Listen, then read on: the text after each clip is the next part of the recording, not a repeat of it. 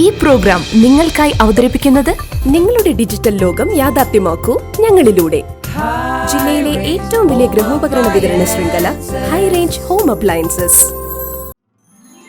പപ്പ, ഈ ക്രിസ്മസിന് ഓൾ ഫാമിലിക്കും ഗിഫ്റ്റ് കൊടുക്കണം. ഇതാണ് എന്റെ ലിസ്റ്റ്. അപ്പൂപ്പനൊരു M&N TV, ബില്ലിമ്മയ്ക്കൊരു അടിപൊളി ഗ്രൈൻഡർ, ചേട്ടായിക്കൊരു സ്മാർട്ട് ഫോൺ, ചിന്നുവാവിക്കൊരു കുട്ടി ഹെഡ്ഫോൺ, അമ്മ ചേച്ചിക്കൊരു ലാപ്ടോപ്പ്. വാടി മോളെ. ഏറ്റവും മികച്ച ബ്രാൻഡുകൾ, ഏറ്റവും മികച്ച ഓഫറുകൾ, ആകർഷകരമായ ഫിനാൻസ് സ്കീം, എന്തും എന്തിനോടും എക്സ്ചേഞ്ച് ഓഫർ, 75% വരെ വിലക്കുറവ്, ഡെബിറ്റ് ക്രെഡിറ്റ് കാർഡ് 20% വരെ ക്യാഷ് ബാക്ക്. ഈ ക്രിസ്മസിന് ഗൃഹോപകരണങ്ങൾ വീട്ടിൽ കൊണ്ടുപോകൂ. മറ്റാർക്കും നൽകാനാവാത്ത വിലക്കുറവിലും ഓഫറുകളിലും. ഏവർക്കും ഹൈ റേഞ്ച് ഹോം അപ്ലയൻസിന്റെ ക്രിസ്മസ് ന്യൂ ഇയർ ആശംസകൾ. ഏറ്റവും പുതിയ കളക്ഷൻസ് ഏറ്റവും കുറഞ്ഞ വിലയിൽ. High range home appliances.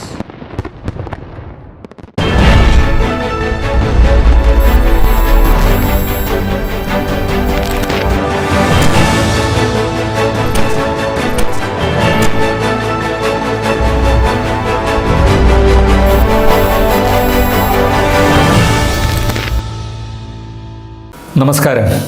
Face to ഫേസിലേക്ക് സ്വാഗതം. ഫേസ് ടു ഫേസിൽ ഇന്നത്തെ അതിഥി ജോസുകുട്ടി ജെ ഒഴികയിൽ,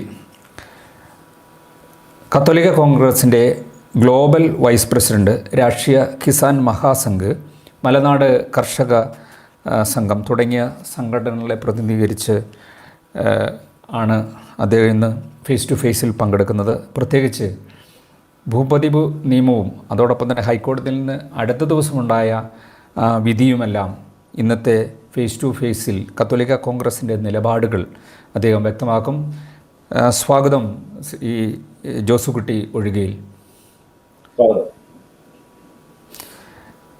നാം ഈ ഫേസ് ടു ഫേസിൽ ഇരിക്കുമ്പോൾ, ഈ അഭിമുഖത്തിനിരിക്കുമ്പോൾ, നമ്മുടെ ഈ ഇടുക്കി മലയോര മേഖല അല്ലെങ്കിൽ സംസ്ഥാനത്തെ 14 ജില്ലകളെയും ബാധിക്കുന്ന ഒരു വലിയ പ്രശ്നമായി ഉയർന്നു വന്നിട്ടുള്ളൊരു പ്രശ്നമാണ് 1960 ഭൂപതിവ് നിയമ ഭേദഗതിയുമായി ബന്ധപ്പെട്ട പ്രശ്നങ്ങൾ. ഇപ്പോഴും രണ്ട് പക്ഷത്തു നിന്ന് ഉള്ള ചർച്ചകൾ. ഒന്ന്, ഇത് ഞാൻ പറയുമ്പോൾ രാഷ്ട്രീയ കക്ഷികൾ പറയുന്നു ഒരു നിലപാടും, കർഷക സംഘടനകൾ പറയുന്ന മറ്റൊരു നിലപാടും. അത് രാഷ്ട്രീയ സംഘടനകൾ എന്ന് പറയുമ്പോൾ ഈ പ്രതിപക്ഷവും ഭരണപക്ഷവും ഒരുപോലെ ഈ നിയമം ഭേദഗതിയെ അനുകൂലിച്ചു. നിയമസഭയിലും കാര്യമായ ചർച്ചകളില്ലാതെ ഈ നിയമം ഏകകണ്ഠമായാണ് പാസ്സാക്കിയിരുന്നത്. അപ്പോൾ മറുപക്ഷം എന്ന് പറയുന്നത് പിന്നെ രാഷ്ട്രീയം ഇല്ലാത്ത കർഷക സംഘടനകളാണ്. ഇപ്പോൾ ഈ ബില്ലിനെ അനുകൂലിക്കുന്നവർ പറയുന്നത് ഇപ്പോൾ ഉണ്ടാക്കുന്ന അനാവശ്യ വിവാദമാണ്. ഗവർണർ ഒപ്പിട്ടാൽ ഇത് കേരളത്തിൻ്റെ അല്ലെങ്കിൽ മലയോര മേഖലയുടെ മാഗ്ന കാർട്ടയായ ഒരു നിയമമായി മാറും എന്നാണ് പറയുന്നത്. എന്ത് കാരണം കൊണ്ടാണ് കത്തോലിക്ക കോൺഗ്രസ് അടക്കമുള്ള കർഷക സംഘടനകൾ ഈ ഭേദഗതിയെ 2023 ഭൂനിയമ ഭേദഗതി ബില്ലിനെ എതിർക്കുന്നത്? എന്തുകൊണ്ടാണ് അത് ഒപ്പിടരുതെന്ന് എന്തുകൊണ്ടാണ് ഗവർണറോട് ആവശ്യപ്പെട്ടത്? അതിൽ ഏറ്റവും പ്രധാനപ്പെട്ട കാര്യം, ഒരു ഭൂപതിവ് ഭേദഗതി ഈ കൊണ്ടുവരുന്നതിന് ആവശ്യമായി വരുന്ന ചില കാര്യങ്ങളും. നിലവിലുള്ള നിയമത്തിന് ഏതെങ്കിലും ഒരു പരിമിതി ഉണ്ടെങ്കിൽ ആ പരിമിതി മറികടക്കുന്നതിന് വേണ്ടിയിട്ടാണ് പുതിയ ഒരു നിയമം കൊണ്ടുവരേണ്ടത്. ഈ ഭൂപതിവുമായി ബന്ധപ്പെട്ട് ഉണ്ടായിട്ടുള്ള തർക്കങ്ങൾ മുഴുവൻ ഉടലെടുക്കുന്നത് ഭൂമി പതിച്ച് കിട്ടിയ ആ ഭൂമി പതിച്ച് കിട്ടാത്ത ആവശ്യങ്ങൾക്ക് വേണ്ടി ഉപയോഗിച്ചു എന്ന് കോടതിയിൽ ഗവൺമെന്റിന്റെ വക്താവ് പറയുകയും അതിന്റെ അടിസ്ഥാനത്തിൽ പതിച്ചു കിട്ടിയ ആവശ്യത്തിനല്ലാതെ ഉപയോഗിച്ചിട്ടുണ്ടെങ്കിൽ അത് അനധികൃതമാണ് അല്ലെങ്കിൽ അത് ക്രമവിരുദ്ധമാണ് എന്ന ഒരു നിഗമനം കോടതി എടുക്കുകയും അങ്ങനെയുള്ള അനധികൃതമായ നിർമ്മാണങ്ങൾ അത് നിയമവിരുദ്ധമാണ്, അങ്ങനെ ഒരു സ്റ്റാൻഡ് വന്നപ്പോഴാണ് ആ ക്രമവിരുദ്ധമായ ഘടകത്തെ മാറ്റേണ്ട ഒരു സാഹചര്യമുണ്ട്. യഥാർത്ഥത്തിൽ എന്താണ് ക്രമവിരുദ്ധമായത്? അത് 1964 ഭൂപതിവ് ചട്ടം 4 പറഞ്ഞിരിക്കുന്ന കൃഷിക്കും അതുപോലെ വീട് വെക്കുന്നതിനും വഴി നടക്കുന്നതിനും എന്ന ആ ഘടകത്തിലാണ് അതിൻ്റെ അകത്ത് ക്രമവിരുദ്ധത വന്നത്. ഇവിടെ പ്രസക്തമാകുന്ന ഒരു കാര്യം, ആ ചട്ടത്തിലാണ് പ്രശ്നമെങ്കിൽ മാറ്റേണ്ടിയിരുന്നത് ചട്ടമാണ്. ചട്ടം മാറ്റാൻ പറ്റുമോ എന്ന് ചോദിച്ചാൽ ചട്ടം മാറ്റാൻ പറ്റും. ചട്ടം മാറ്റുന്നതിന് വേണ്ടി കേരള നിയമസഭ തന്നെ പാസാക്കിയ 2012 ഭൂപതിവ് ഭേദഗതി ഉണ്ട്. അതിൽ വളരെ കൃത്യമായി പറയുന്നുണ്ട്, ഈ ചട്ടം, അതായത് ഭൂപതിവ് നിയമവുമായി ബന്ധപ്പെട്ട ചട്ടങ്ങൾ പിൽക്കാല പ്രാബല്യത്തോടെ മാറ്റുന്നതിന് അല്ലെ അതിന് ഭേദഗതി കൊണ്ടുവരുന്നതിന് ഗവൺമെന്റിന് അധികാരം ഉണ്ടാകുന്നു. അപ്പൊ പിൻകാല പ്രാബല്യത്തോടെ ഭേദഗതി കൊണ്ടുവരുവാൻ അധികാരമുള്ള ഒരു വ്യവസ്ഥ നിലനിൽക്കെ ആ പ്രതിസന്ധി ഉണ്ടാക്കിയ ചട്ടം 4 ഒരു 2 വാക്ക് കൂടി എഴുതി ചേർത്താൽ നിലവിലുള്ള മുഴുവൻ ക്രമവൽക്കരണ പ്രശ്നങ്ങളും പരിഹരിക്കപ്പെടുമായിരുന്നു. അത് ചെയ്യാതെ അതിന് പകരമായി വളരെ വലിയ ഒരു നിയമനിർമ്മാണം തന്നെ, അതായത് നിയമത്തിൽ തന്നെ ഭേദഗതി കൊണ്ടുവരേണ്ട ആവശ്യമില്ല. ഇനി അങ്ങനെ കൊണ്ടുവന്ന ഭേദഗതിയുടെ ഉദ്ദേശം എന്ന് പറയുന്നത് യഥാർത്ഥത്തിൽ ഇതുവരെ ഉണ്ടായിട്ടുള്ള ആ ചട്ടങ്ങളെ ക്രമവൽക്കരിക്കുക എന്നതിനേക്കാൾ ഉപരി അതിന്മേൽ കൂടുതൽ നിയന്ത്രണങ്ങൾ കൊണ്ടുവരിക എന്നാണ് അത് വായിച്ചു നോക്കുമ്പോൾ നമുക്ക് മനസ്സിലാകുന്നത്. അപ്പോൾ ആവശ്യമില്ലാത്ത ഒരു നിയമനിർമ്മാണമാണ് ഇപ്പോൾ നടത്തിയിരിക്കുന്നത്. ആവശ്യമില്ലാത്ത ഒരു നിയമനിർമ്മാണം അല്ലെങ്കിൽ നിയമ ഭേദഗതി എന്ന് പറയുമ്പോൾ അതിനെ എതിർക്കുകയാണ് നമ്മൾ ചെയ്യേണ്ടതെന്നാണ് ഞങ്ങൾക്കൊക്കെ ഉള്ള പൊതുവായ ഒരു ധാരണ. അതിന്റെ അടിസ്ഥാനത്തിലാണ് നമ്മൾ അതിനെ എതിർക്കുന്നത്. ഇനി ഒരു കാര്യം കൂടി ഉണ്ട്. ഈ നിയമം ഭേദഗതി കൊണ്ടുവരുന്നതിലേക്ക് വേണ്ടിയിട്ട് ഗവൺമെന്റ് പറഞ്ഞ കാരണങ്ങളുണ്ട്. ആ പറഞ്ഞ കാരണങ്ങൾ ഒന്നും ഈ നിയമ ഭേദഗതി കൊണ്ടുവരാൻ പര്യാപ്തമല്ല. ആ പറഞ്ഞ കാര്യങ്ങളിൽ ഒന്ന് എൻക്രോച്ച്മെന്റ് തടയുന്നതിന് വേണ്ടിയിട്ടാണ്. ഈ സർക്കാർ ഭൂമിയിൽ എൻക്രോച്ച്മെന്റ് നടത്തുന്നു, ആ എൻക്രോച്ച്മെന്റ് തടയുന്നതിന് വേണ്ടിയിട്ടാണ്. രണ്ടാമത്തെ കാരണമായിട്ട് പറഞ്ഞിരിക്കുന്നത് മൂന്നാർ മേഖലയുമായി ബന്ധപ്പെട്ട കാര്യമാണ്. മൂന്നാർ മേഖലയുമായി ബന്ധപ്പെട്ട കാര്യങ്ങൾ പറയുമ്പോഴും ഈ കാര്യം പറയേണ്ട ആവശ്യമില്ല. അപ്പം ഗവൺമെന്റ് മുന്നോട്ട് പറയുന്ന കാര്യങ്ങൾ ഒന്ന്, ഗവൺമെന്റ് ചെയ്യുന്ന കാര്യങ്ങൾ വേറൊന്ന്. അത് പരസ്പരം അങ്ങോട്ടും ഇങ്ങോട്ടും ബന്ധപ്പെടുന്നില്ല. ഈ ഒരു വസ്തുതയാണ് ഏറ്റവും പ്രധാനമായിട്ടും ചൂണ്ടിക്കാണിക്കേണ്ടത്. കാരണം അതായത് ഒരു കാര്യം പറഞ്ഞുകൊണ്ട് വേറൊരു കാര്യം ചെയ്യുക, അപ്പൊ അതിന്റെ പിന്നിലുള്ള ലക്ഷ്യം എന്ന് പറയുന്നത് ദുരുദ്ദേശമാണ്. മൂന്നാർ പ്രശ്നം പരിഹരിക്കുന്നതിന് വേണ്ടി മൂന്നാർ മേഖല മുഴുവൻ വരുന്നത് മൂന്നാർ ഹിൽ റിസപ്ഷൻ ആക്ടിന്റെ പരിധിയിലാണ്. അവിടെ ആകെപ്പാടെ പ്രശ്നം ഉണ്ടെന്ന് പറയുന്നത് ഏതാണ്ട് 500 ഏക്കറിൽ മാത്രമേ ഉള്ളൂ. 1,14,000 ഏക്കർ ഉള്ളതിൽ 500 ഏക്കറിൽ മാത്രം പ്രശ്നമുള്ളതും ആ മേഖലയ്ക്ക് കൈകാര്യം ചെയ്യാൻ വേണ്ടി മൂന്നാർ ഹിൽ റിസപ്ഷൻ ആക്ട് നിലവിലുള്ളപ്പോൾ ആ പേര് പറഞ്ഞ് ഈ ഭൂഭേദഗതി നിയമം മാറ്റേണ്ട ആവശ്യമില്ല. എൻക്രോച്ച്മെന്റ് എന്ന് പറഞ്ഞാൽ അത് വേറൊരു സംഗതിയാണ്. അതിന് നമ്മുടെ 1957 ലാൻഡ് കൺസർവേഷൻ ആക്ട് ഉണ്ട്. അതിനുശേഷം പിന്നെ അതിന്മേൽ വേറെ പല സംഗതികളും കൊണ്ടുവന്നിട്ടുണ്ട്. അപ്പോൾ എൻക്രോച്ച്മെന്റ് തടയാനായിട്ട് ഭൂപതിവുമായി കണക്ട് ചെയ്യേണ്ട യാതൊരു ആവശ്യവുമില്ല. അപ്പൊ അങ്ങനെ കണക്ട് ചെയ്യേണ്ട യാതൊരു ആവശ്യമില്ലാത്ത പേര് പറഞ്ഞുകൊണ്ട് ഈ എൻക്രോച്ച്മെന്റ് നടത്തുമ്പോൾ ഇത് പഴി പറഞ്ഞ് എന്തൊക്കെയോ കാര്യങ്ങൾ നേടാൻ വേണ്ടി ചെയ്യുന്ന ഒരു പണിയായിട്ട് മാത്രമാണ് നമുക്കിത് മനസ്സിലാകുന്നത്. എന്റെയൊക്കെ ഒരു ഈ ജോസൂട്ടി വഴികൾ കേൾക്കാമോ? ജോസൂട്ടി, അതായത് ഈ നിയമത്തെ അനുകൂലിക്കുന്ന ആളുകൾ പറയുന്നത് ഈ ചട്ടം മാത്രം ഭേദഗതി ചെയ്താൽ അത് വീണ്ടും കോടതികളിൽ കയറിയിറങ്ങും, വലിയ നിയമക്കുരുക്കുകൾ ഉണ്ടാകും. അതുകൊണ്ടൊക്കെ തന്നെയാണ് സർക്കാർ ചട്ടഭേദഗതിക്കാൾ നിയമം കൂടി ഭേദഗതി ചെയ്ത് ജനങ്ങൾക്ക് കൂടുതൽ ഗുണപരമായി ഈ നിയമത്തെ മാറ്റുക എന്ന ഉദ്ദേശ ലക്ഷ്യം വെച്ചാണ് ഈ 1960 ഭൂപതിവ് നിയമം 2012 ശേഷം വീണ്ടും ഒന്നുകൂടി ഭേദഗതി ചെയ്യുന്നു. അതുകൊണ്ട് കേസുകൾ ഇനി വരരുത് എന്നുള്ള സതുദ്ദേശപരമാണ് ഗവൺമെൻറ്റിൻ്റെ തീരുമാനം എന്നാണ് ഈ നിയമത്തെ അല്ലെങ്കിൽ നിയമ ഭേദഗതിയെ അനുകൂലിക്കുന്നവർ പറയുന്നത്. യഥാർത്ഥത്തിൽ നിങ്ങൾ ഈ വിഷയത്തെ ഏത് രീതിയിലാണ് സമീപിക്കുന്നത്? ജനങ്ങൾക്ക് ഗുണകരമായി വരാവുന്ന ഒരു പ്രശ്നത്തെ ഇവിടുത്തെ കർഷക സംഘടനകൾ ചേർന്ന് തടഞ്ഞു. BJPയെ കൂട്ടുപിടിച്ച് നിങ്ങൾ അതിനെ തടയുകയും അത് ജനങ്ങൾക്ക് ഉപകാരമില്ലാത്ത രീതിയിലേക്ക് ആക്കി മാറ്റുകയും ജനങ്ങളെ ആശങ്കയുടെ മുൾമുനയിൽ നിർത്തുന്ന ഒരു സമീപനമാണ് നിങ്ങൾ സ്വീകരിച്ചിരിക്കുന്നതെന്ന് ആണ് പ്രധാനമായും കർഷക സംഘടനകൾക്കെതിരെ രാഷ്ട്രീയ പാർട്ടികൾ ഉയർത്തുന്ന ആരോപണം. അത് ആ ആരോപണം എന്ന് പറയുന്നത് വളരെ ദുരുദ്ദിഷ്ടമാണ്. എന്താണ് കാര്യം? ഒന്നാമത്, ഇതുമായി ബന്ധപ്പെട്ട കോടതി ഉത്തരവുകളിലോ മറ്റൊരു സ്ഥലത്തോ നിയമം ഭേദഗതി ചെയ്യണം എന്ന് ആവശ്യപ്പെട്ടിട്ടില്ല. ചട്ടം മാത്രം ഭേദഗതി ചെയ്യാനാണ് ആവശ്യപ്പെട്ടിട്ടുള്ളത്. ഈ പ്രതിസന്ധി ഉണ്ടായിരിക്കുന്ന ചട്ടം മാത്രം ഭേദഗതി ചെയ്താൽ മതിയാകുമായിരുന്നത് അത് അപ്പുറം നിയമനിർമ്മാണത്തിലേക്ക് പോയപ്പോൾ അതിനെയാണ് ഞങ്ങൾ കൃത്യമായിട്ട് ചോദിച്ചത്. ഇനി എവിടെയായിരുന്നു, ഇനി അഥവാ ഒരു നിയമനിർമ്മാണം നടക്കണമെങ്കിൽ എവിടെയായിരുന്നു നടക്കേണ്ടിയിരുന്നത്? ഈ ഭൂപതിവ് ചട്ടങ്ങൾ ഉണ്ടാക്കുന്നതിനുള്ള അധികാരം നൽകുന്നത് 1960 ആക്ടിന്റെ സെക്ഷൻ 3 അതിന് പകരം ഇപ്പോൾ ഇത് കൊണ്ടുവന്നിരിക്കുന്നത് സെക്ഷൻ 4 സെക്ഷൻ 4 സെക്ഷൻ 3 വ്യത്യസ്തമായ കാര്യങ്ങളാണ്. അപ്പൊ സെക്ഷൻ 3 ഒരു നിയമം കൊണ്ടുവരേണ്ടതിന് പകരം അത് സെക്ഷൻ 4 കൊണ്ടുവന്നു കഴിഞ്ഞപ്പോൾ അത് അനവസരത്തിലും അതുപോലെ തന്നെ ആവശ്യമില്ലാത്ത സ്ഥലത്തുമാണ് അത് കൊണ്ടുവന്നിരിക്കുന്നത്. ഇനി അങ്ങനെ കൊണ്ടുവരുമ്പോൾ പോലും അത് ആ കൊണ്ടുവന്നിരിക്കുന്നത് സമഗ്രമല്ല. അതിൽ പറയുന്നത് ഇതുവരെ നടത്തിയിട്ടുള്ള ക്രമവിരുദ്ധമായിട്ടുള്ളതിനെ ക്രമവൽക്കരിക്കുന്നതിന് വേണ്ടി ഉള്ളതെന്ന് മാത്രമേ ഉള്ളൂ. 2023 ഈ നിയമം പാസ്സായി അത് നടപ്പിൽ വരുന്നത് എന്നാണോ അന്ന് വരെ നടത്തിയിട്ടുള്ള ക്രമവിരുദ്ധ നിർമ്മാണങ്ങളെ ക്രമവൽപ്പെടുത്തുന്നതിന് വേണ്ടിയിട്ടാണ് ആ നിയമം കൊണ്ടുവന്നിരിക്കുന്നത്. ഇനി അതിന്റെ അടുത്ത ഘട്ടത്തിൽ പറയുന്നത് ഇതിന് ശേഷം ഉണ്ടാകുന്ന ഏത് തരത്തിലുള്ള നിർമ്മാണങ്ങളും വേണമോ വേണ്ടയോ എന്നൊക്കെ ഗവൺമെന്റിന് ആവശ്യമുണ്ടെങ്കിൽ തീരുമാനിക്കാം എന്നുള്ളതാണ്. ഏതാണ്ട് 1,00,000-ലധികം പട്ടയങ്ങൾ ഇനി കൊടുക്കാനായിട്ട് കിടപ്പുണ്ട്, അപേക്ഷകളുള്ള അർഹതയുള്ളത്. അത്തരം പട്ടയങ്ങൾ, അങ്ങനെ പട്ടയം കിട്ടുന്നവർക്കും ബാധകമാകുന്നത് 1960 മൂല നിയമം തന്നെയാണ്. അതായത് ഈ ഭേദഗതി അവർക്ക് ബാധകമല്ല. അവരെ സംബന്ധിച്ചിടത്തോളം അവർക്ക് എന്തെങ്കിലും വീടല്ലാതെ വേറെ എന്തെങ്കിലും ഒരു നിർമ്മാണ പ്രവർത്തനം നടത്തണമെങ്കിൽ അതിന് ഗവൺമെന്റിനെ സമീപിക്കുകയും ഗവൺമെന്റ് ഉദ്യോഗസ്ഥന് അത് ബോധ്യപ്പെട്ടാൽ, അതായത് അവർക്ക് ബോധ്യപ്പെട്ടാൽ അതിന് അനുവാദം നൽകുകയും ചെയ്യാവുന്നതാണ്. അത് ആ ബന്ധപ്പെട്ട ഉദ്യോഗസ്ഥന്റെ റിസ്കിൽ കൊടുക്കണം എന്ന് പറയുന്ന രീതിയിൽ അത് എഴുതി കൊടുക്കണം എന്നാണ് ആവശ്യപ്പെട്ടിരിക്കുന്നത്. അപ്പൊ ഇതൊക്കെ പറയുന്നത് ഇത് ആവശ്യമില്ലാത്ത കൂടുതൽ കേസുകളിലേക്കും കൂടുതൽ നിയമക്കുരുക്കുകളിലേക്കും ഒരു കാലത്തും മലയോര മേഖലയുടെ ജനങ്ങൾക്ക് സമാധാനപരമായ ഒരു കാര്യം ചെയ്യാൻ പറ്റാത്ത അവസ്ഥയിലേക്ക് കൊണ്ടുപോവുകയുമാണ് ചെയ്തിരിക്കുന്നത്. ഇവിടെ വേറൊരു പ്രധാനപ്പെട്ട പ്രശ്നം, നിയമം എന്ന് പറയുന്നത് എല്ലായിടത്തും ഒരുപോലെ ആയിരിക്കേണ്ടതാണ്. ഈ 1960 നിയമം വെച്ചിട്ടുള്ള ഭൂപതികൾക്ക് മാത്രമാണ് ഇത്തരത്തിലുള്ള നിയന്ത്രണങ്ങൾ കൊണ്ടുവന്നിരിക്കുന്നത്. വേറെ ഏതാണ്ട് 10-12ഓളം മറ്റ് നിയമങ്ങൾ വെച്ചുകൊണ്ട് ഇവിടെ ഭൂമി പതിച്ചു നൽകിയിട്ടുണ്ട്. അങ്ങനെ ഭൂമി പതിച്ചു നൽകിയവർക്ക് ആ ഭൂമി അവരുടെ ഇഷ്ടാനുസരണം ഏത് തരത്തിലുള്ള നിർമ്മാണ പ്രവർത്തനങ്ങളും വാണിജ്യ ആവശ്യങ്ങൾക്കും വ്യാവസായിക ആവശ്യങ്ങൾക്കും വിനോദാവശ്യങ്ങൾക്കും മറ്റേതൊക്കെ ആവശ്യങ്ങൾക്ക് വേണ്ടിയും ഉപയോഗിക്കേണ്ടി വരുമ്പോൾ ഈ ഒരു പർട്ടിക്കുലർ നിയമത്തിന്റെ കീഴിൽ വരുന്ന ആളുകൾക്ക് മാത്രമാണ് അങ്ങനെ ഉപയോഗിക്കാൻ പറ്റാതെ അവർ വീണ്ടും ഉദ്യോഗസ്ഥന്മാരുടെ പുറകെ പോകേണ്ടി വരുന്നത്.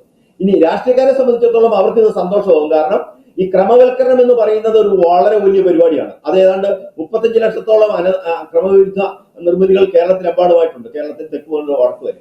ഈ 35 ലക്ഷത്തോളം നിർമ്മിതികൾക്ക് എങ്ങനെ പ്രയോറിറ്റി കൊടുക്കാൻ പറ്റും, അതിന് എങ്ങനെ മുൻഗണന നിശ്ചയിക്കാനായിട്ട് പറ്റും? അപ്പൊ തീർച്ചയായും അതിന് മുൻഗണന ആളുകൾ കൈക്കൂലിയുമായിട്ടോ അല്ലെങ്കിൽ മറ്റേതെങ്കിലുമൊക്കെ സാഹചര്യത്തിൽ അവിടെ ചെല്ലുമെന്നോ അല്ലെങ്കിൽ ഗവൺമെന്റ് ഉദ്യോഗസ്ഥന്മാരെ സ്വാധീനിക്കുന്നതിന് വേണ്ടി രാഷ്ട്രീയക്കാരുടെ സഹായം തേടുമെന്നോ ഒക്കെ അവർ വിചാരിക്കുന്നുണ്ടാവാം എന്ന് ഞാൻ പറയുകയാണ്. അവർ ചിലപ്പോൾ അങ്ങനെയൊക്കെ വിചാരിക്കുന്നുണ്ടാകാം. എന്താണെങ്കിലും ജനങ്ങളെ കൂടുതൽ കുരുക്കിലാക്കിയാൽ അതിന്റെ പേരിൽ ഗുണം കിട്ടുക എന്നുള്ളത് ഭരണം കൈയാളുന്ന ആളുകൾക്കാണ്. ഭരണം കൈയാളുന്നത് ഒന്ന് ബ്യൂറോക്രസി, പിന്നെ 2 രാഷ്ട്രീയ നേതാക്കന്മാരുമാണ്. അപ്പൊ തീർച്ചയായും അവരുടെ പ്രാധാന്യവും അവരുടെ ആവശ്യകത കൂടുകയും ജനങ്ങൾ കൂടുതൽ ദുരിതത്തിലാകുകയും ചെയ്യും എന്നാണ് അതിന്റെ അകത്തെ യാഥാർത്ഥ്യം. അങ്ങനെ ജനങ്ങളെ കൂടുതൽ ദുരിതത്തിലാക്കുന്ന ഒരു പ്രവർത്തനത്തിനോട് ഒരിക്കലും ഉത്തരവാദിത്തമുള്ള പ്രസ്ഥാനങ്ങൾക്കൊന്നും യോജിക്കാനായിട്ട് പറ്റില്ല. ലളിതമായി പരിഹരിക്കാവുന്ന കാര്യം നമ്മൾ സൂചി കൊണ്ടെടുക്കാവുന്നത് ഇത് ബുൾഡോസർ വെച്ചെടുക്കാൻ ശ്രമിക്കുന്ന പോലെയാണ് ഇവരിപ്പോൾ ചെയ്തുകൊണ്ടിരിക്കുന്ന ഈ കാര്യങ്ങൾ. മറ്റൊരു പ്രധാനപ്പെട്ട ഒരു കാര്യം, അതിൻ്റെ അകത്തൊരു ഒരു കാര്യം കൂടി, ഗവൺമെൻറ്റുമായി ബന്ധപ്പെട്ട രാഷ്ട്രീയ കക്ഷികൾ പറയുന്നത് ഈ നിയമമല്ലേ ഇപ്പോൾ ഭേദഗതി ചെയ്തിട്ടുള്ളൂ, ഇനി ഞങ്ങൾ ചട്ടം കൂടി ഭേദഗതി ചെയ്യുന്നു. അങ്ങനെ ഞങ്ങൾ ചട്ടം കൂടി ഭേദഗതി ചെയ്യുമ്പോൾ ഈ പ്രശ്നങ്ങളും ഈ നൂലാമാലകളും മാറുമെന്നാണ് പറയുന്നത്. അപ്പോൾ ചട്ടം വഴി ഈ പ്രശ്നങ്ങളെല്ലാം, ഈ സങ്കീർണതകളെല്ലാം നീക്കാൻ ഗവൺമെൻറ് ഉദ്ദേശിക്കുന്നു. പക്ഷേ നിങ്ങളിപ്പോഴും പറയുന്നു ചട്ടം ഭേദഗതി മാത്രം കൊണ്ട് പ്രശ്നം പരിഹരിക്കാവുന്നു, നിയമം വേണ്ടായിരുന്നു. ഇനിയിപ്പോൾ ഗവൺമെൻറ് ചട്ടം കൂടി കൊണ്ടുവരികയാണല്ലോ. അപ്പോൾ ഗവൺമെൻറ് ഈ ഭേദഗതിയുമായി ബന്ധപ്പെട്ട 1964 ചട്ടത്തിലും ഭേദഗതി കൊണ്ടുവരികയാണ്. അപ്പോൾ ചട്ടത്തിൽ ഭേദഗതി വരുമ്പോൾ ഈ പ്രശ്നങ്ങളെല്ലാം പരിഹരിക്കപ്പെടുമെന്നാണ് ഗവൺമെൻറ് വ്യക്തമാക്കുന്നത്. മുഖ്യമന്ത്രി തന്നെ പറയുന്നു ചട്ടം ഭേദഗതി ചെയ്യും. അതുപോലെ തന്നെ ഈ റവന്യൂ വകുപ്പ് മന്ത്രി പറയുന്നു, CPM ഇടതു പാർട്ടികളെല്ലാം ഈ നിലപാട് വ്യക്തമാക്കി. അപ്പോൾ ചട്ടം വരുമ്പോൾ ഈ പ്രശ്നമെല്ലാം മാറും. നിങ്ങളിപ്പോൾ പരത്തുന്നത് ആശങ്ക മാത്രമാണ്. ഞങ്ങൾ യഥാർത്ഥത്തിൽ ഇപ്പോൾ ആശങ്ക പറ്റുന്നത് ഗവൺമെന്റാണ്. കാരണം ഒരു നിയമം തെറ്റായ രീതിയിൽ ഉണ്ടാക്കി വെച്ചിട്ട് ഇനി ചട്ടം കൊണ്ട് അത് ശരിയാക്കാമെന്ന് പറഞ്ഞു കഴിഞ്ഞാൽ അതെന്ത് യുക്തിയാണെന്ന് നമുക്ക് മനസ്സിലാകത്തില്ല. അതിന് പകരം ആ നിയമത്തിനെ അങ്ങ് ശരിയാക്കി ഉണ്ടാക്കിയാൽ മതിയല്ലോ, അല്ലെങ്കിൽ നിയമം ഉണ്ടാക്കേണ്ട ആവശ്യമില്ലല്ലോ, ഈ ചട്ടം മാത്രം ഭേദഗതി ചെയ്താൽ മതിയല്ലോ. ഒരു തെറ്റായ രീതിയിൽ ഒരു നിയമം ഉണ്ടാക്കിയിട്ട് ഇനി അത് ശരിയാക്കാൻ വേണ്ടി ഏതായാലും അവർ ഒരു കാര്യം പറയുന്നുണ്ടല്ലോ, കോംപ്ലിക്കേഷൻസ് എല്ലാം ചട്ടം വരുമ്പോൾ മാറും എന്ന് പറയുമ്പോൾ ഈ ചെയ്ത കാര്യത്തിൽ ഒരു കോംപ്ലിക്കേഷൻ ഉണ്ട് എന്ന് അവർ സമ്മതിക്കുന്നുണ്ട് വ്യംഗ്യമായിട്ട്. അതുകൊണ്ടാണല്ലോ ഈ ചട്ടം വരുമ്പോൾ എല്ലാം ക്ലിയർ ആകും എന്ന് പറയുന്നത്. നമ്മൾ പറയുന്നത് ചട്ടം മാത്രം മാറ്റിയാൽ മതി എന്നാണ്. ഈ ഗവൺമെന്റ് ഈ കഷ്ടപ്പാട്ടിനൊന്നും പോകേണ്ട ആവശ്യമില്ല. ഇപ്പൊ പാസ്സാക്കി എന്ന് പറയുന്ന ഈ നിയമം അതവിടെ ഇരിക്കട്ടെ, ആ നിയമം നടപ്പാക്കാൻ പോലും ശ്രമിക്കേണ്ടതില്ല. അതിന് പകരം ആ നിയമം ഏതായാലും പാസ്സാക്കിയിട്ടുണ്ടല്ലോ, അതവിടെ ഇരിക്കട്ടെ. ചട്ടം ഒന്ന് ഭേദഗതി ചെയ്തിട്ട് ഇതിന്മേൽ ഇനി കേസുകൾ വരുന്നുണ്ടോ, ഇത്തരം കാര്യങ്ങളൊന്നും പരിശോധിച്ച് നോക്കണം. ഇവിടെ ശരിക്കും ഗവൺമെന്റിന്റെ ഉദ്യോഗസ്ഥന്മാരുടെ ഭാഗത്തുനിന്ന് എപ്പോഴും ഒളിച്ചു കളികളും വസ്തുതകൾ ജനങ്ങളിൽ നിന്ന് മറച്ചു വെക്കുന്ന തരത്തിലുള്ള പ്രവർത്തനങ്ങളുമാണ് ഉണ്ടാകുന്നത്. പ്രത്യേകിച്ച് ഇടുക്കി ജില്ലയുടെ മലയോര മേഖലയുമായി ബന്ധപ്പെട്ട് അവിടുത്തെ നൂറ്റാണ്ടുകളായി അവിടെ കുടിയേറി താമസിക്കുന്ന ആളുകളുടെ ജീവിതവുമായി ബന്ധപ്പെട്ടുള്ള കാര്യങ്ങളിലൊക്കെ ഇത് തന്നെയാണ്. പട്ടയം കൊടുക്കേണ്ട സമയത്ത് കൊടുക്കുന്നില്ല, അത് വെച്ച് താമസിപ്പിക്കുന്നു. അതുപോലെ തന്നെ അതിനുവേണ്ടി താലൂക്ക് തലത്തിൽ കൂടേണ്ടിയിരിക്കുന്ന ആ കമ്മിറ്റികൾ യഥാർത്ഥ സമയത്ത് കൂടി പട്ടയം കൊടുക്കേണ്ടവരുടെ ലിസ്റ്റ് അവർ തയ്യാറാക്കുകയോ അത് കൊടുക്കുകയോ ചെയ്യുന്നില്ല. ഇതൊന്നും ചെയ്യാതിരുന്നിട്ട് വീണ്ടും വീണ്ടും നിയമങ്ങൾ കൂടുതൽ കുരുക്കിക്കൊണ്ടിരിക. കർഷകർക്ക് പതിച്ചു കൊടുക്കേണ്ട റവന്യൂ ഭൂമി വനമായിട്ട് പ്രഖ്യാപിക്കാനായിട്ട് ശ്രമിക്കുക. റവന്യൂ ഭൂമി ഗവൺമെന്റ് മിച്ചഭൂമി കൊടുക്കാൻ വേണ്ടി ഏറ്റെടുത്തത് വനം വകുപ്പിനെ ഏൽപ്പിക്കുക. അങ്ങനെ നിരന്തരമായി ജനവിരുദ്ധമായ പ്രവർത്തനങ്ങൾ നടത്തിക്കൊണ്ടിരിക്കുമ്പോൾ അതിന്റെ തുടർച്ചയാണ് ഇത് എന്ന് പറയാതിരിക്കാൻ നിവൃത്തിയില്ല. കാരണം പൂർണ്ണമായും ജനവിരുദ്ധമായ പ്രവർത്തനങ്ങളുടെ തുടർച്ചയായിട്ടാണ് ഇപ്പോൾ ഈ നിയമ ഭേദഗതി കൊണ്ടുവന്നിരിക്കുന്നത്. അതുകൊണ്ട് ഈ വളച്ചൊരു നിയമം ഉണ്ടാക്കിയിട്ട് ചട്ടം വെച്ച് നേരെയാക്കാമെന്ന് പറയുന്നത് നല്ലത്. ആ നിയമമേ വേണ്ട, അതിന് പകരം ആ ചട്ടം മാത്രം ഭേദഗതി ചെയ്താൽ മതി എന്നാണ് ഞങ്ങൾക്ക് പറയാനുള്ളത്. ഏത് ഗവൺമെന്റും എപ്പോഴും ശ്രമിക്കേണ്ടത് എത്ര ലളിതമായി ഒരു ഭരണ പ്രക്രിയ കൊണ്ടുനടക്കാൻ പറ്റും എന്നുള്ളതാണ്.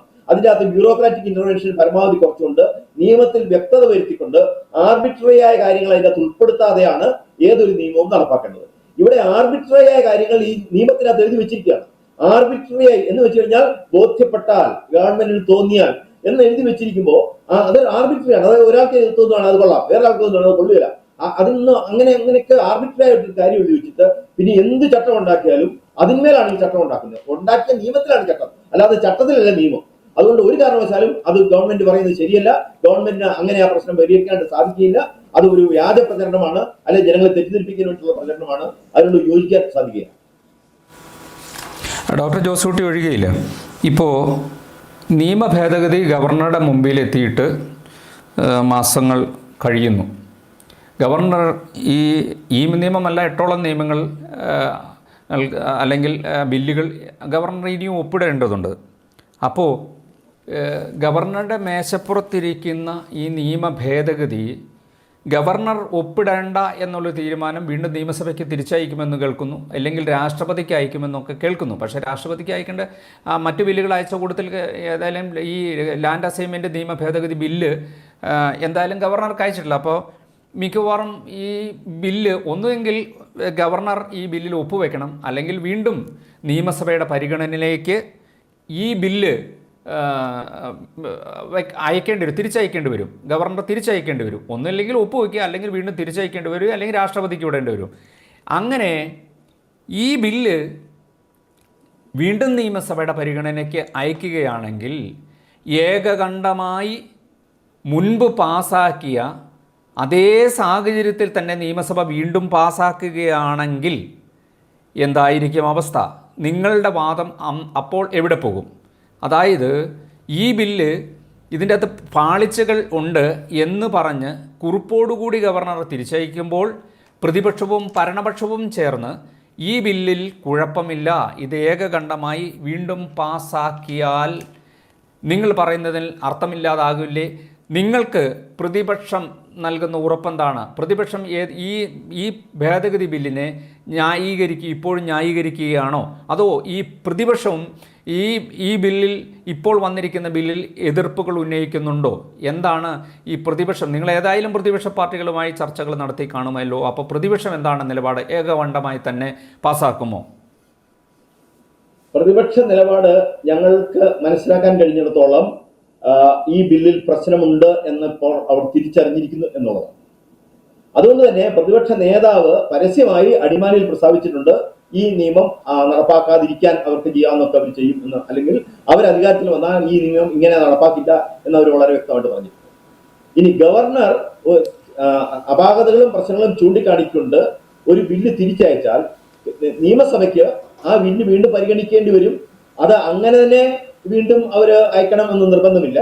അല്ലെങ്കിൽ നിയമസഭയിൽ നടക്കുന്ന ചർച്ചകളിൽ വീണ്ടും പുതിയ പുതിയ പ്രശ്നങ്ങൾ ഉണ്ടാകും. ഈ തിരിച്ചയക്കപ്പെട്ട ഒരു ബില്ല് വീണ്ടും നിയമസഭയിലേക്ക് വരുമ്പോൾ തീർച്ചയായും ആ ബില്ലിന്റെ പ്രോസ് ആൻഡ് കോൺസ് സംബന്ധിച്ച് കുറച്ചുകൂടെ വിപുലമായ ഒരു ചർച്ച സംസ്ഥാന തലത്തിലും ചിലപ്പോൾ ദേശീയ തലത്തിലും ഒക്കെ ഉണ്ടായി എന്ന് വരാം. അപ്പൊ കുറച്ചുകൂടെ പൊതുജനങ്ങളുടെ അഭിപ്രായങ്ങൾ അവിടെ കൂടുതൽ ഉച്ചത്തിൽ മുടക്കാനായിട്ട് സാധിക്കും. ഈ ബില്ല് നിയമമാക്കുന്നതിന് മുമ്പ് ഈ പറഞ്ഞ പോലെ ആദ്യമേ തന്നെ ഇത് മാഗ്ന കാർട്ട എന്ന് പറഞ്ഞപ്പോൾ എല്ലാവരും പെട്ടെന്ന് പ്രതീക്ഷിച്ചു അതൊരു മാഗ്ന കാർട്ട ആയിരിക്കും. കാരണം ഇതിനു മുമ്പും ഗവൺമെന്റ് പറഞ്ഞിട്ടുണ്ടായിരുന്നു ഈ നിലവിലുള്ള ചട്ടത്തിലെ പ്രതിസന്ധികൾ പരിഹരിക്കുന്നു.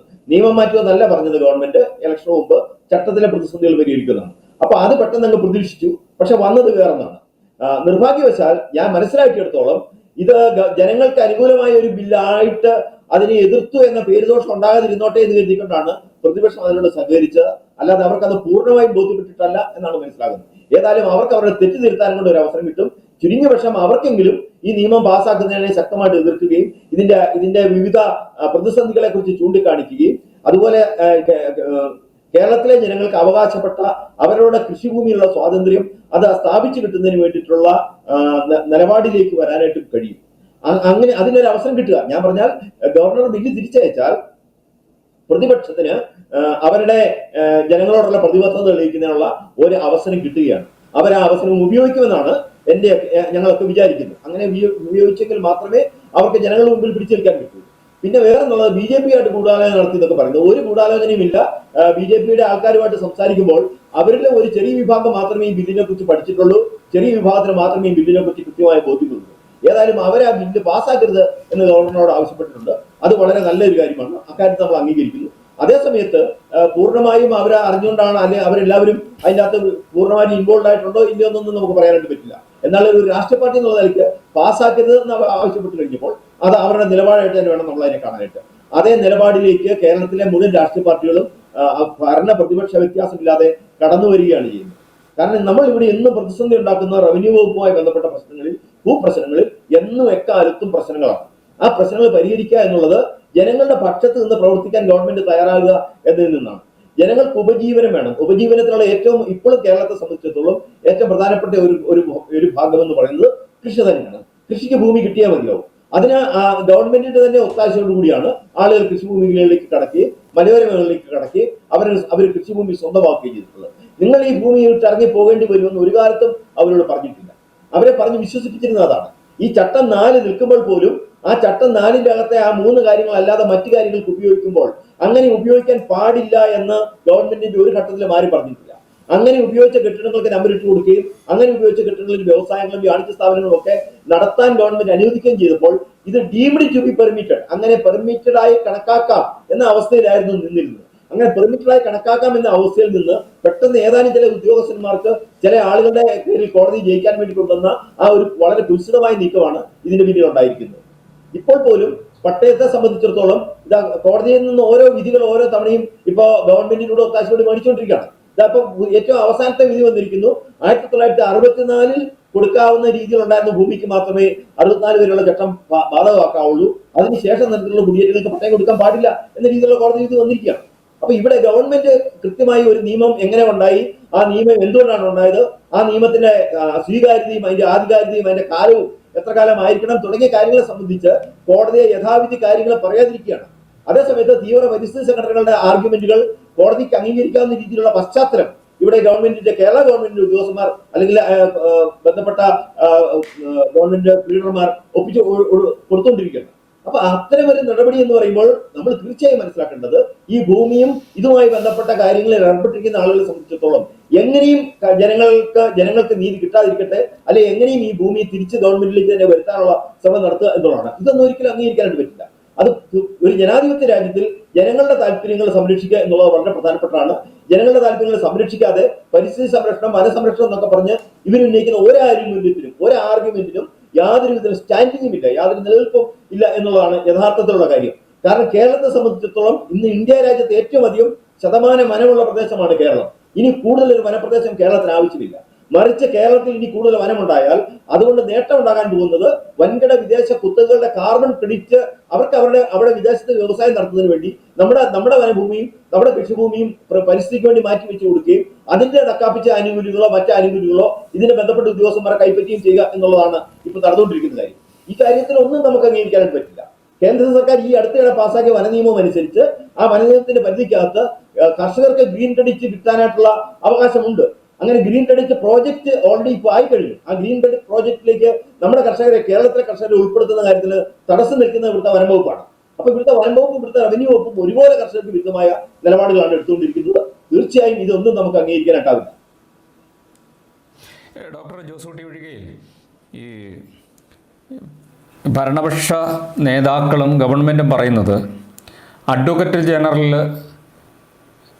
അതോടൊപ്പം തന്നെ അഡ്വക്കേറ്റ് ജനറലിൻ്റെ ഓഫീസിലുള്ള അഭിഭാഷകർ നിയമവകുപ്പ്, അതോടൊപ്പം തന്നെ 140 MLA-മാരും കൂടി ഏകകണ്ഠമായി ഇത് തെറ്റുകുറ്റങ്ങൾ ഒന്നുമില്ല എന്ന് പാസാക്കിയ ഒരു ഭേദഗതി. അത്തരത്തിലൊരു ഭേദഗതി കൊണ്ടുവരുമ്പോൾ അങ്ങനെ ഒരു ഭേദഗതിയിലേക്ക് നിയമസഭ മാറി, നിയമസഭ അത് നിയമമാക്കി, അത് ബില്ലായി ഗവർണറുടെ അടുത്ത് എത്തിച്ചിരിക്കുകയാണ്. അപ്പോൾ ഈ സർക്കാരിന് നിയമോപദേശം കൊടുക്കുന്ന അഡ്വക്കേറ്റ് ജനറലും നിയമവകുപ്പിൻ്റെ ആളുകളും സംസ്ഥാനത്തെ ഭരണപ്രതിപക്ഷ MLA-മാരടക്കം 140 MLA-മാരും നിയമസഭയിൽ കൈപൊക്കി ഉയർത്തി ഈ നിയമം നല്ലത് എന്ന് പറഞ്ഞു. അതായത് ഈ ഭേദഗതി നിയമത്തെ എല്ലാവരും ഏകകണ്ഠമായി അംഗീകരിക്കുന്നു. അങ്ങനെ അംഗീകരിച്ച ഒരു നിയമത്തെ എന്ത് നിയമത്തിൻ്റെ പ്രാബല്യത്തിലൂടെയാണ് നിങ്ങൾ ഈ നിയമം വേണ്ട എന്നും ഈ ഭേദഗതി അല്ല വേണ്ടതെന്നും 64-ലെ ചട്ടം മാത്രം ഭേദഗതി ചെയ്താൽ പ്രശ്നം തീരുമെന്നും പറയുന്നത് എന്ത് യുക്തിയാണ് അതിലുള്ളത്? നമുക്ക് ഇതിൻ്റെ അകത്ത് എനിക്ക് വളരെ സിമ്പിളായിട്ട് പറയാവുന്നൊരു കാര്യമുണ്ട്. അതായത് ഒരാൾ വഴി സൈഡിൽ നിൽക്കുകയാണ്, ഒരു 5 പേര് വഴിയാ നടന്നു പോവാണ്. ഒരാൾ വഴി സൈഡിൽ നിൽക്കുന്നുണ്ട്, അല്ലെ ഒരു വണ്ടി ഓടിപ്പോവാണ്, ഒരാൾ വഴി സൈഡിൽ നിൽക്കുന്നുണ്ട്, നിങ്ങൾ അവിടെ വരുമ്പോൾ അയാളെ കൂടെ കയറ്റിക്കൊണ്ട് പോകണം എന്ന് ഇവരോട് പറഞ്ഞു വിട്ടിട്ടുണ്ട്. പക്ഷെ ഇവര് പറയുന്നത് ഞങ്ങൾ കണ്ടില്ല, അവരാൾ നിന്ന സ്ഥലത്തേക്ക് അവർ നോക്കുന്നില്ല, അവർ നോക്കാത്തത്തോളം കാലം അവർ കാണില്ല. ഇവിടെ ഈ ചട്ടം മാത്രം ഭേദഗതി ചെയ്താൽ മതി എന്ന വിഷയം പരിഗണിക്കുക പോലും ചെയ്യാതെ ആദ്യം മുതലേ താല്പര്യപ്പെട്ടിരുന്നത് നിയമ ഭേദഗതിക്കാണ്. അതായത് ചട്ടം മാത്രം ഭേദഗതി ചെയ്താൽ മതി എന്ന് കോടതി പറഞ്ഞു, ചട്ടം മാത്രം ഭേദഗതി ചെയ്താൽ മതി എന്ന് ഈ മുഖ്യമന്ത്രിയുടെ അധ്യക്ഷതയിൽ ചേർന്ന സർവകക്ഷി യോഗം തീരുമാനിച്ചു. പക്ഷെ അത് നിയമവകുപ്പിലേക്ക് ചെന്ന് കഴിഞ്ഞപ്പോൾ അവിടെ ആരുടെയൊക്കെയോ ഉപദേശം വന്നിരിക്കുന്നത് ചട്ടം മാത്രം ഭേദഗതി ചെയ്യുന്നതിനെ കുറിച്ച് ആലോചിക്കേണ്ട, നിയമം കൂടെ ഭേദഗതി ചെയ്തേക്കാം. ചില വ്യക്തി താല്പര്യങ്ങളോ രാഷ്ട്രീയ താല്പര്യങ്ങളോ വെച്ചുകൊണ്ട് അത് ഒരു മുന്നണിയെ തന്നെ ഹൈജാക്ക് ചെയ്തുകൊണ്ട് ഈ നിയമ ഭേദഗതിയിലേക്ക് വരികയും ഈ നിയമ ഭേദഗതിക്ക് സംബന്ധിച്ച് ഗവൺമെന്റ് ഭയങ്കര പ്രചരണം കൊടുക്കുകയും ചെയ്തു കഴിഞ്ഞപ്പോൾ പ്രതിപക്ഷങ്ങൾ ശരിക്കും വളരെ കൺഫ്യൂഷനിലായി. അങ്ങനെയാണ് അവർ കൈവക്കാനിടയായത് എന്നാണ് ഞാൻ മനസ്സിലാക്കുന്നത്. കാരണം ഈ ബില്ലിനെ സംബന്ധിച്ച് വളരെ ഗുരുതരമായ ആക്ഷേപങ്ങൾ പ്രതിപക്ഷത്തെ PJ ജോസഫും മാത്യു കൊല്ലനാട് ഉൾപ്പെടെ ഏതാനും MLA-മാർ നിയമസഭയിൽ ഉൾപ്പെടുത്തിയിരുന്നു. പക്ഷെ അവസാനം ഈ ബില്ല് നിയമമാകും, ഈ നിയമം പാസ്സായി വന്നു കഴിഞ്ഞാൽ ഇതിന്മേൽ പിന്നെ യാതൊരു പ്രശ്നവും ഞങ്ങൾക്കുണ്ടാകില്ല എന്ന് നിയമസഭയിൽ മുഖ്യമന്ത്രിയുടെ ഉറപ്പ് കേട്ടുകൊണ്ടാണെന്ന് പ്രതിപക്ഷ നേതാവ് പറഞ്ഞ ആ ഉറപ്പ് വിശ്വസിച്ചുകൊണ്ട് ഞങ്ങൾ ഇത് ചെയ്യുകയാണെന്ന് പറഞ്ഞു. പക്ഷെ ആ ഉറപ്പ് വിശ്വസിച്ചുകൊണ്ട് ബില്ലിനെ അനുകൂലിക്കുകയാണെന്ന് പറഞ്ഞതിന്റെ തൊട്ടടുത്ത ദിവസം മുഖ്യമന്ത്രി ഇടുക്കി വന്നപ്പോൾ പറഞ്ഞത് ഈ ബില്ലിന്മേൽ 5 തരത്തിലുള്ള സെസ്സുകളും നികുതികളും വരാൻ പോവാണെന്ന് പറഞ്ഞു. റെഗുലറൈസേഷൻ ഫീസ്, പിന്നെ ആപ്ലിക്കേഷൻ ഫീസ്, ഗ്രീൻ സെസ്, അങ്ങനെ 5 തരത്തിലുള്ള പിഴകളോ നികുതികളോ സെസ്സുകളോ ഈ ഇതിന്മേൽ വരാൻ പോവുകയാണെന്നാണ് പറഞ്ഞത്. ഇത് ബില്ല് പാസ്സാക്കുന്നതിന് മുമ്പ് പറഞ്ഞിട്ടുള്ള കാര്യമല്ല. ഈ ബില്ല് പാസ്സാക്കുന്ന സമയത്ത് പ്രതിപക്ഷത്തും ഉള്ള ആൾക്കാർക്കോടും പറഞ്ഞിട്ടില്ല ഇത് ഞങ്ങൾ ഇത്രയും സെസ് ഒക്കെ ഇതിനകത്ത് കൊണ്ടുവരാൻ പോവുകയെന്ന് പറയുന്നത്. അപ്പൊ അവിടെ ഒരു ബ്രീച്ച് ഓഫ് എഗ്രിമെന്റ് ഉണ്ട്, വ്യവസ്ഥയിലുള്ള ഒരു ലംഘനം അതിനകത്ത് വന്നിട്ടുണ്ട്. അപ്പൊ തീർച്ചയായും ഞാൻ മനസ്സിലാക്കുന്നിടത്തോളം പ്രതിപക്ഷങ്ങൾക്ക് വേണ്ടത്ര പ്രതിപക്ഷങ്ങൾ ഒരു പകുതി തെറ്റിദ്ധാരണയിൽ നിന്നുകൊണ്ടാണ് ഈ ബില്ല് പാസ്സാക്കുന്നതിലേക്ക് വന്നിട്ടുള്ളത്. പിന്നെ തീർച്ചയായും ഒരു പറ്റം ആളുകൾക്ക് ഈ തീവ്ര പരിസ്ഥിതി സംഘടനയുമായിട്ടുള്ള ബന്ധം കാരണം എന്ത് പാസ്സായാലും കർഷകർക്ക് ഗുണമായോ ആകോ ഇല്ലയോ എന്നുള്ളതൊന്നും അവർ കൺസേൺ അല്ല. വടക്കൻ കേരളത്തിലെ പല ആളുകളുമായി ഞങ്ങൾ സംസാരിച്ചപ്പോൾ അവർക്ക് ഇങ്ങനെ ഒരു ഭൂപതിവ് നിയമമോ ഇതുമായി ബന്ധപ്പെട്ട കാര്യങ്ങളെ സംബന്ധിച്ചോ അവർക്ക് കാര്യമായ ഗ്രാഹ്യമോ അവരതിനെക്കുറിച്ചുള്ള പഠനമോ നടത്തിയിട്ടില്ല. ഒരു പൊതുബോധം നിലനിൽക്കുന്നത് ഹൈറേഞ്ചിലെ കൃഷിഭൂമി മുഴുവൻ കാട് വെട്ടിത്തെളിച്ചുണ്ടായതാണ് എന്നുള്ളതാണ്. ഹൈറേഞ്ചിലേക്ക് ജനം കുടിയേറേണ്ട ചരിത്രമോ പശ്ചാത്തലമോ അതിനെക്കുറിച്ചൊന്നും അന്വേഷിക്കാൻ അവർക്ക് താല്പര്യമില്ല, അതിനെക്കുറിച്ചുള്ള പഠനങ്ങൾ അവർ നടത്തുന്നുമില്ല. അപ്പൊ ഇങ്ങനെ ഒരു പൊതുബോധം സംസ്ഥാനത്ത് നിൽക്കുമ്പോൾ പലരും ഈ നിയമത്തെ സംബന്ധിച്ചിടത്തോളം അവർ അജ്ഞരുമായതുകൊണ്ട് ഇത് കുഴപ്പമില്ലായിരിക്കും എന്നൊരു ധാരണയിൽ അവർ നിൽക്കുകയാണ് ചെയ്തിട്ടുള്ളത്. എന്നാൽ യഥാർത്ഥ വസ്തുത അതല്ല എന്ന വസ്തുത ഇനിയെങ്കിലും ഗവൺമെന്റും ബന്ധപ്പെട്ടവരും മനസ്സിലാക്കാനായിട്ടാണ് ശ്രമിക്കേണ്ടത്. എത്ര നിയമവിദഗ്ധർ കൂടി ആലോചിച്ചു എന്നുള്ളതല്ല, അങ്ങനെ അവരെടുക്കുന്ന തീരുമാനങ്ങൾ എത്രമാത്രം ലളിതമായും എത്രമാത്രം ഭംഗിയായും അത് ജനസാമാന്യത്തിനും സംസ്ഥാനത്തിനും ഗുണകരമാകും എന്നുള്ളതാണ് അതിൻ്റെ അകത്ത് പ്രസക്തമാകുന്നത്. ഇപ്പൊ ഈ ബില്ല് പാസ്സായാൽ നടക്കാൻ പോകുന്ന കാര്യം, സംസ്ഥാനത്തെ ഖജനാവിൽ ഇപ്പൊ പൈസയുടെ കുറവുണ്ട്. അത്യാവശ്യം ഈ അനധികൃത നിർമ്മാണങ്ങൾ റെഗുലറൈസ് ചെയ്യേണ്ടി വരുന്ന ആളുകളുടെ നിന്ന് വൻതോതിലുള്ള പിഴയും സെസ്സും മറ്റ് സംഗതികളും ഈടാക്കിക്കൊണ്ട് സംസ്ഥാനത്തിന്റെ ഖജനാവ് നിറയ്ക്കാനായിട്ട് കഴിയും എന്നുള്ളതിനപ്പുറം അതാണ് അതിന്റെ പിന്നിലെ ലക്ഷ്യം എന്ന് വാസ്തവത്തിൽ ആരോപിക്കാൻ പോലും ഞാൻ മനസ്സ് കാണിക്കണം. അതാണ് അതിന്റെ പിന്നിലെ ലക്ഷ്യം. അപ്പോൾ ഇതിൻ്റെ അകത്തൊരു ലോബി, ഒരു ഗൂഢാലോചന ഇതിൻ്റെ അകത്തുണ്ട്. അത് സംസ്ഥാനത്തിന്റെ ഖജനാവ് നിറയ്ക്കുന്നതിനോ അല്ലെങ്കിൽ വേണ്ടപ്പെട്ട ആളുകളുടെ പോക്കറ്റിലേക്ക് പൈസ എത്തുന്നതിനോ വേണ്ടിയിട്ടുള്ള ഒരു ഗൂഢാലോചനയിൽ നിന്ന് മാത്രമാണ് ഇങ്ങനെ ഒരു നിയമ ഭേദഗതി ഇതിനകത്ത് വന്നിരിക്കുന്നത്. അല്ലാതെ ഇത് ജനങ്ങൾക്ക് ഉപകാരപ്പെടുന്ന രീതിയിൽ വരുന്നതിന് വേണ്ടിയിട്ടല്ല. കാരണം ഈ നിയമവുമായി ബന്ധപ്പെട്ട ആദ്യം മുതൽ രാഷ്ട്രീയ പാർട്ടി നേതാക്കന്മാരും മറ്റുള്ളവരുമായി ബന്ധപ്പെട്ട് കാര്യങ്ങൾ അവതരിപ്പിക്കുമ്പോൾ അവരുടെ സമീപനത്തിൽ തന്നെ നമുക്ക് മനസ്സിലാകും അവരുടെ പിന്നിലുള്ള രുജുവാണോ ലക്ഷ്യം അല്ലേ എന്നുള്ളത്. അപ്പൊ ഇവിടെ ഉത്തരവാദിത്തപ്പെട്ട രാഷ്ട്രീയ പ്രസ്ഥാനങ്ങളാണ് കേരളത്തിൽ ഭരിക്കുന്നതെങ്കിൽ അവർ ചെയ്യേണ്ടത് എത്രയും ഈ ബില്ല് പാസ്സായത് അവിടെ ഇരിക്കട്ടെ, അതിനെക്കുറിച്ച് ഇനി ചിന്തിക്കുക പോലും ചെയ്യാതെ ചട്ടം മാത്രം ഭേദഗതി ചെയ്ത് കാര്യങ്ങൾ നടത്തി നോക്കുക. എന്താകും നമുക്കറിയാമല്ലോ. ഏതായാലും അത് കഴിഞ്ഞ് പിന്നെ വേണമെങ്കിൽ നമുക്ക് നിയമം കൊണ്ടുവരാമല്ലോ. അങ്ങനെയാണെങ്കിൽ ഒരു തരത്തിലും രക്ഷയില്ലെന്നാണ് കാണുന്നത്. യഥാർത്ഥത്തിൽ ഋജുവായി വളരെ നേർവരിയിൽ ഒറ്റ നോട്ടത്തിൽ പരിഹരിക്കാവുന്ന ഒരു പ്രശ്നത്തെ വളരെ സങ്കീർണമാക്കി അനേകം ആളുകളുടെ അധ്വാനവും അനേകം കോടിക്കണക്കിന് ആളുകളുടെ അധ്വാനവും ധനവ്യയവും വേണ്ടിവരുന്ന രീതിയിലേക്ക് വളച്ചുകെട്ടി മാറ്റിയെടുക്കുന്നത് ഒരിക്കലും ഒരു ജനാധിപത്യ ഭരണക്രമത്തിനകത്ത് നല്ല ഒരു കാര്യമല്ല. അതിനകത്ത് സുതാര്യത നഷ്ടപ്പെടും. അതിൻ്റെ അകത്ത് ഭരണത്തിന്റെ നിഷ്പക്ഷത എന്ന ഒരു ഘടകം നഷ്ടപ്പെടും.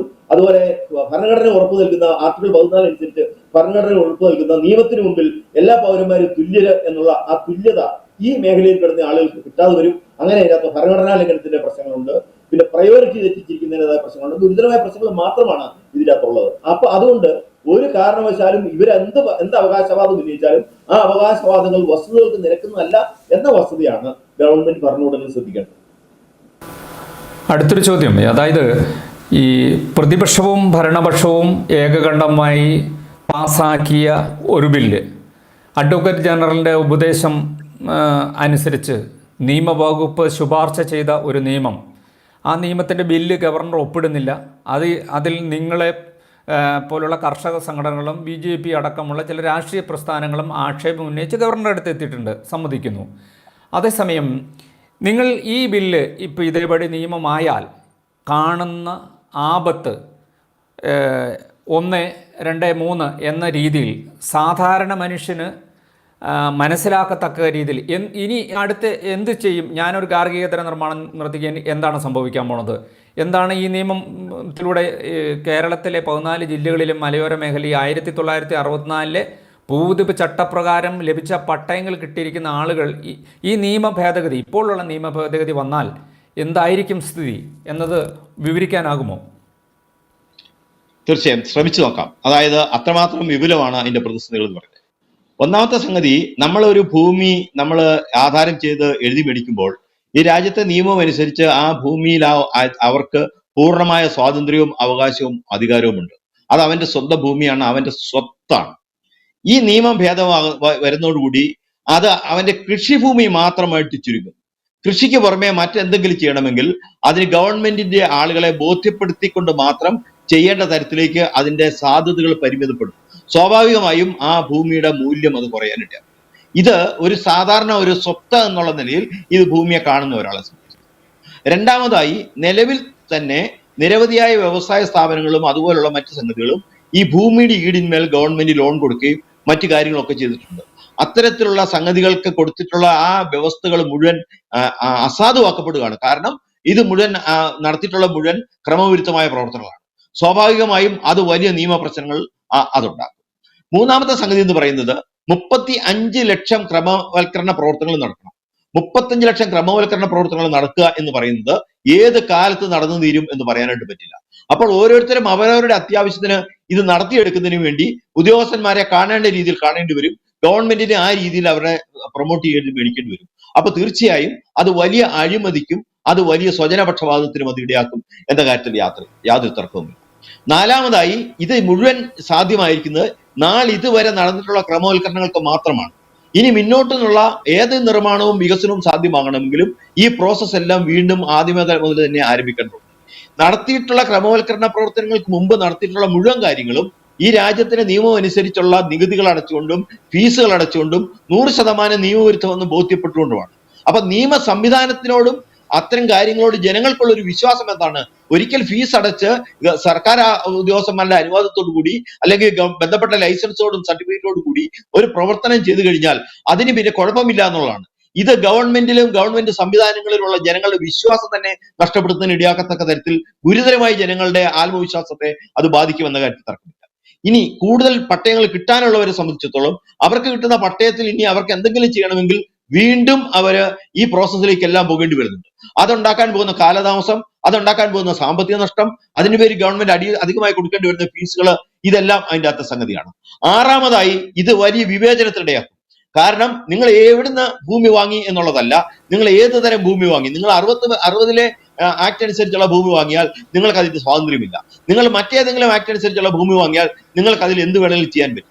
അപ്പൊ നമ്മുടെ നിലവിലുള്ള ഒരേ ഭൂമിയും ഒരേ സ്വഭാവത്തിലും കാണേണ്ടത് നിയമത്തിന് മുമ്പിൽ പലതായിട്ട് കാണേണ്ട ഒരു സാഹചര്യത്തിലേക്ക് വരും. അത് തീർച്ചയായും കേരളത്തിന്റെ ഇന്നത്തെ പ്രതിസന്ധികളെ മുഴുവൻ രൂക്ഷമാക്കും. ഇന്ന് കേരളത്തിൽ ചെറുപ്പക്കാർ നിൽക്കുന്നില്ല. കാരണം ഇവിടെ നിന്നിട്ട് കാര്യമില്ല. ഇവിടെ ഒരു വ്യവസായം തുടങ്ങി വിജയിപ്പിക്കുക എന്ന് പറഞ്ഞു കഴിഞ്ഞാൽ അത് ഗവൺമെന്റിന്റെ ഭാഗത്തു നിന്നും ഗവൺമെന്റുമായി ബന്ധപ്പെട്ട ട്രേഡ് യൂണിയൻ ഭാഗത്തു നിന്നും ഉണ്ടാകുന്ന തടസ്സങ്ങൾ കാരണമാണ് ഇവിടെ ഒരു വ്യവസായം വിജയിപ്പിക്കാൻ പറ്റാത്ത. അല്ലാതെ അത് ചെയ്യുന്ന ആളുകളുടെ കുഴപ്പം കൊണ്ടോ മിസ്മാനേജ്മെന്റ് കൊണ്ടോ അല്ല. ഭരണ സംവിധാനത്തിന്റെ നിയമവ്യവസ്ഥയുടെയും തകരാറുകൊണ്ട് ഇവിടെ ഒരു വ്യവസായം തുടങ്ങാനോ വ്യവസായം വികസിപ്പിച്ച് വളർത്തിയെടുക്കാനോ പറ്റില്ല.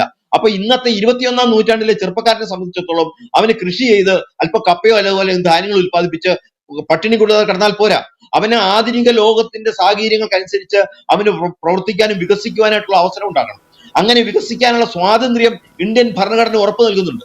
ഒരു ഇന്ത്യൻ പൗരന് അവന് ഇഷ്ടമുള്ള രീതിയിൽ വികസിച്ചു വരുന്നതിന്. പക്ഷെ ഇവിടെ ഇടുക്കിയിലോ അല്ലെ ഈ ഭൂമിയിലോ ഉള്ള സ്ഥലമാണെന്ന് കരുതി ആ സ്വാതന്ത്ര്യം അവന് നിഷേധിക്കപ്പെടുകയാണ്. അപ്പൊ എന്ത് സംഭവിക്കും? ഇവിടെ നിന്ന് മറ്റു സംസ്ഥാനങ്ങളിലേക്ക് ഇപ്പൊ നടക്കുന്ന, മറ്റു രാജ്യങ്ങളിൽ ഇപ്പൊ നടക്കുന്ന കുടിയേറ്റങ്ങളും ഇത്തരം പ്രവൃത്തികളും മുഴുവൻ പൂർവാധികം ശക്തമായി പോവുകയും നമ്മുടെ ഈ മലയോര മേഖല മുഴുവൻ വിജനമാകുന്ന ഒരു അവസ്ഥയിലേക്ക് ഒരു തലമുറ മാത്രമേ ഇവിടെ കാണുകയുള്ളൂ. അടുത്തൊരു തലമുറ ഇവിടെ ഉണ്ടാവില്ല. കാരണം ഇത്രമാത്രം കഷ്ടപ്പാട് സഹിച്ച് ഗവൺമെന്റ് ഉദ്യോഗസ്ഥന്മാരോട് യുദ്ധം ചെയ്ത് അതുപോലെ തന്നെ ആവശ്യമില്ലാത്ത നിയമത്തിന്റെ നൂലാമാലയിൽപ്പെട്ട് ഇവിടെ ഒന്നും ചെയ്യാൻ ആഗ്രഹിക്കുന്ന ആളുകൾ ഇവിടെ ഉണ്ടാവില്ല. എല്ലാവരും കാടിറങ്ങിയായിരിക്കും. അപ്പൊ തീർച്ചയായും സംഭവിക്കാൻ പോകുന്നത് പശ്ചിമഘട്ട മേഖല മുഴുവനും അധികം താമസിയാതെ വീണ്ടും പഴയതുപോലെ വനമാക്കി എടുക്കാൻ കഴിയും. അങ്ങനെ വനമാക്കി എടുക്കുക എന്ന ഗൂഢലക്ഷ്യം വെച്ചുകൊണ്ട് കോടതികളിൽ വ്യവഹാരങ്ങളും മറ്റു കാര്യങ്ങളുമായി നടക്കുന്നവർക്ക് അവരുടെ താല്പര്യങ്ങൾ സംരക്ഷിക്കപ്പെടും, അന്തർദേശീയ താല്പര്യങ്ങൾ സംരക്ഷിക്കപ്പെടുകയായിരിക്കും അതുകൊണ്ട് നടക്കുന്നത്. അത് ദേശീയ താല്പര്യത്തിന് വിരുദ്ധമാണ്. അതുകൊണ്ട് ഇവർ ഈ ചെയ്യുന്ന മുഴുവൻ ദേശവിരുദ്ധമായ പ്രവർത്തനങ്ങളാണ്. ഈ ഉദ്യോഗസ്ഥന്മാരും ഇപ്പൊ കോടതിയെ പോലും ഉപയോഗിച്ചുകൊണ്ട് ചെയ്യുന്നത് ദേശവിരുദ്ധമായ പ്രവർത്തനമാണ്. ഇത് തിരിച്ചറിയാനായിട്ട് നമ്മുടെ ഭരണാധികാരികളും നമ്മുടെ ഉദ്യോഗസ്ഥന്മാർക്കും കഴിയണം.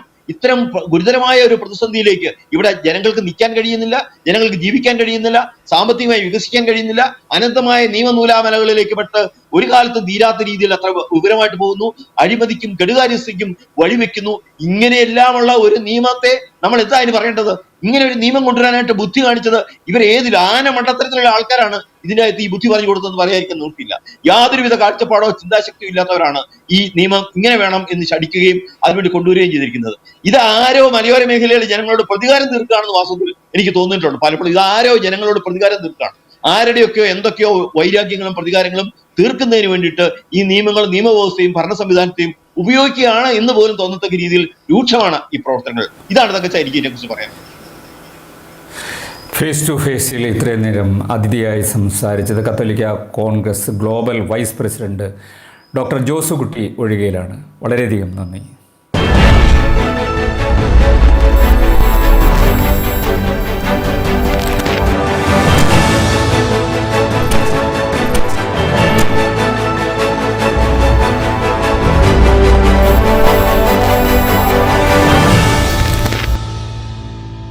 ഈ പ്രോഗ്രാം നിങ്ങൾക്കായി അവതരിപ്പിച്ചത് നിങ്ങളുടെ ഡിജിറ്റൽ ലോകം യാഥാർത്ഥ്യമാക്കൂ ഞങ്ങളിലൂടെ. ജില്ലയിലെ ഏറ്റവും വലിയ ഗൃഹോപകരണ വിതരണ ശൃംഖല ഹൈ റേഞ്ച് ഹോം അപ്ലയൻസസ്. പപ്പ, ഈ ക്രിസ്മസിന് ഓൾ ഫാമിലിക്കും ഗിഫ്റ്റ് കൊടുക്കും. ഇതാണ് എന്റെ ലിസ്റ്റ്. അപ്പൂപ്പനൊരു M&N TV, ബില്ലിമ്മയ്ക്കൊരു അടിപൊളി ഗ്രൈൻഡർ, ചേട്ടായിക്കൊരു സ്മാർട്ട് ഫോൺ, ചിന്നുവാവിക്കൊരു കുട്ടി ഹെഡ്ഫോൺ, അമ്മ ചേച്ചിക്കൊരു ലാപ്ടോപ്പ്. വാടി മോളെ. ഏറ്റവും മികച്ച ബ്രാൻഡുകൾ, ഏറ്റവും മികച്ച ഓഫറുകൾ, ആകർഷകരമായ ഫിനാൻസ് സ്കീം, എന്തും എന്തിനോടും എക്സ്ചേഞ്ച് ഓഫർ, 75% വരെ വിലക്കുറവ്, ഡെബിറ്റ് ക്രെഡിറ്റ് കാർഡ് 20% വരെ ക്യാഷ് ബാക്ക്. ഈ ക്രിസ്മസിന് ഗൃഹോപകരണങ്ങൾ വീട്ടിൽ കൊണ്ടുപോകൂ. മറ്റാർക്കും നൽകാനാവാത്ത വിലക്കുറവിലും ഓഫറുകളിലും. ഏവർക്കും ഹൈ റേഞ്ച് ഹോം അപ്ലയൻസിന്റെ ക്രിസ്മസ് ന്യൂ ഇയർ ആശംസകൾ. ഏറ്റവും പുതിയ കളക്ഷൻസ് ഏറ്റവും കുറഞ്ഞ വിലയിൽ. High range home appliances.